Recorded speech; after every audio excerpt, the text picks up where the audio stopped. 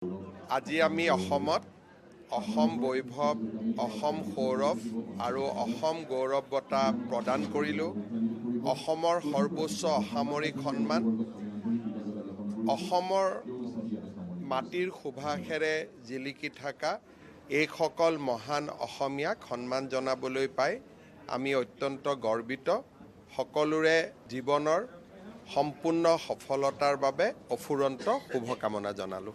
এই অনুষ্ঠানটো সুন্দৰৰ ওপৰত আৰু একো নাই। ইমান সুন্দৰ, ইমান ভাল পাইছোঁ।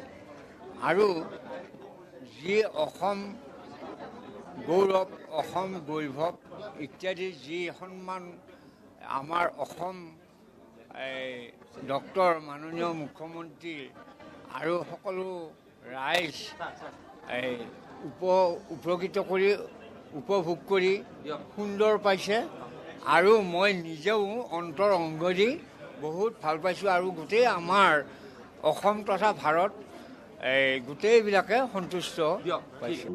আজি আমি অসমত অসম বৈভৱ, অসম সৌৰভ আৰু অসম গৌৰৱ বঁটা প্ৰদান কৰিলোঁ।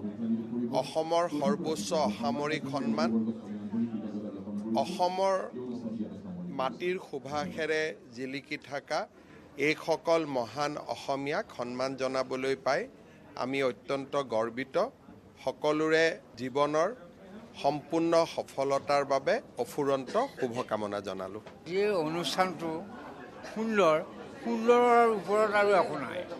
ইমান সুন্দৰ, ইমান ভাল পাইছোঁ। আৰু যি অসম গৌৰৱ, অসম বৈভৱ ইত্যাদি যি সন্মান আমাৰ অসম ডক্টৰ মাননীয় মুখ্যমন্ত্ৰী আৰু সকলো ৰাইজ উপকৃত কৰি উপভোগ কৰি সুন্দৰ পাইছে। আৰু মই নিজেও অন্তৰ অংগ দি বহুত ভাল পাইছোঁ। আৰু গোটেই আমাৰ অসম তথা ভাৰত গোটেইবিলাকে সন্তুষ্ট পাইছোঁ। আজি আমি অসমত অসম বৈভৱ, অসম সৌৰভ আৰু অসম গৌৰৱ বঁটা প্ৰদান কৰিলোঁ। অসমৰ সৰ্বোচ্চ অসামৰিক সন্মান, অসমৰ মাটিৰ সুভাষেৰে জিলিকি থকা এইসকল মহান অসমীয়াক সন্মান জনাবলৈ পাই আমি অত্যন্ত গৰ্বিত। সকলোৰে জীৱনৰ সম্পূৰ্ণ সফলতাৰ বাবে অফুৰন্ত শুভকামনা জনালোঁ। এই অনুষ্ঠানটো সুন্দৰৰ ওপৰত আৰু একো নাই। ইমান সুন্দৰ, ইমান ভাল পাইছোঁ। আৰু যি অসম গৌৰৱ, অসম বৈভৱ ইত্যাদি যি সন্মান আমাৰ অসম ডক্টৰ মাননীয় মুখ্যমন্ত্ৰী আৰু সকলো ৰাইজ উপকৃত কৰি উপভোগ কৰি সুন্দৰ পাইছে।